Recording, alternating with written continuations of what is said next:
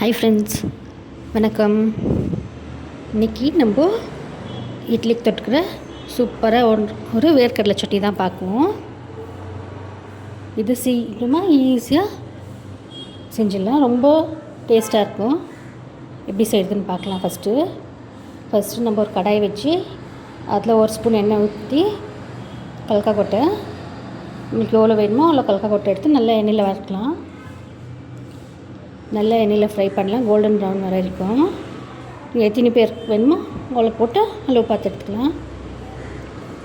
நல்லா கொஞ்சம் golden brown வர வரைக்கும் தீயாமல் நம்ம ஃப்ரை பண்ணலாம். அப்படியே கூட ஃப்ரை பண்ணலாம். இதில் நம்ம மற்ற ஐட்டம்ஸ் எல்லாம் போட்டு ஃப்ரை பண்ணுற வச்சு கொஞ்சம் எண்ணெய் விட்டு ஃப்ரை பண்ணலாம். அதெல்லாம் ஃப்ரை ஆகிட்டு இருக்கும். வெங்காயம் ஒரு சின்ன வெங்காயம் எடுத்து போடலாம், கட் பண்ணி போடலாம். பெருசாக இருந்தால் பாதி வெங்காயம் போடுங்க, சின்னதாக இருந்தால் ஒரே ஒரு வெங்காயம் போதும். அதுவும் நல்லா வதக்கிட்டு நம்ம நெக்ஸ்ட்டு தேங்காய் போடலாம். இந்த சட்னி ரொம்ப டேஸ்ட்டாக இருக்கும். ஒரு கப்பு தேங்காய், பூண்டு ஒரு 10 பல் பூண்டு, ஒரு துண்டு இஞ்சி போடுங்க. அதுக்கப்புறமா உங்களுக்கு காரம் எவ்வளோ வேணுமோ அவ்வளோ மிளகா போடுங்க. ஏன்னா தாளிக்கிறதுக்கு நம்ம ஒரு மிளகா போடலாம். இதெல்லாம் போட்டு நல்லா ஃப்ரை பண்ணுங்கள், தீய வைக்காதீங்க, ஃப்ரை பண்ணுங்கள். நல்லா ஃப்ரை ஆகிட்டு இருக்கும். ஒரு கைப்பிடி ஒரு 4 இலை வர மாரி கருவேப்பிலை கொஞ்சம் அதில் போடுங்க. ஒரு கைப்பிடி புதினா, ஒரு துண்டு புளி எல்லாம் போட்டு நல்லா வதக்குங்க. வதக்கிட்டு நம்ம சைடில் எடுத்து வைங்க. நல்லா ஆறட்டும். அது கொஞ்ச நேரம் ஆறட்டும். நல்லா வதங்கிடுச்சு. இப்போ நான் ஸ்டவ் ஆஃப் பண்ணிட்டேன். கொஞ்ச நேரம் ஆறட்டும். ஆறிட்டு பிறகும் நம்ம மிக்ஸி ஜாரில் போட்டு அரைச்சிக்கலாம். இப்போ நான் மிக்ஸி ஜார் எடுத்தேன், நல்லா ஆறிடுச்சு. மிக்ஸி ஜாரில் இந்த வறுத்தது எல்லாமே போட்டு நம்ம தேவையான அளவுக்கு கொத்தமல்லி கொஞ்சம் போடலாம். கொத்தமல்லி வதக்கிறது வேண்டாம், பச்சையாக போடுங்க, அப்போ தான் உங்களுக்கு அந்த ஃப்ளேவர் இருக்கும். அப்புறமா நம்ம டேஸ்ட்டுக்கு தகுந்த மாதிரி உப்பு போட்டு உங்களுக்கு தண்ணி கெட்டி எவ்வளோ வேணுமோ அவ்வளோ தண்ணி ஊற்றி நைஸாக அரைச்சிக்கலாம். அரைச்சின்னு வந்துடுறேன். அரைச்சின்னு வந்தாச்சு. இப்போ நம்ம தாளிச்சிடலாம்.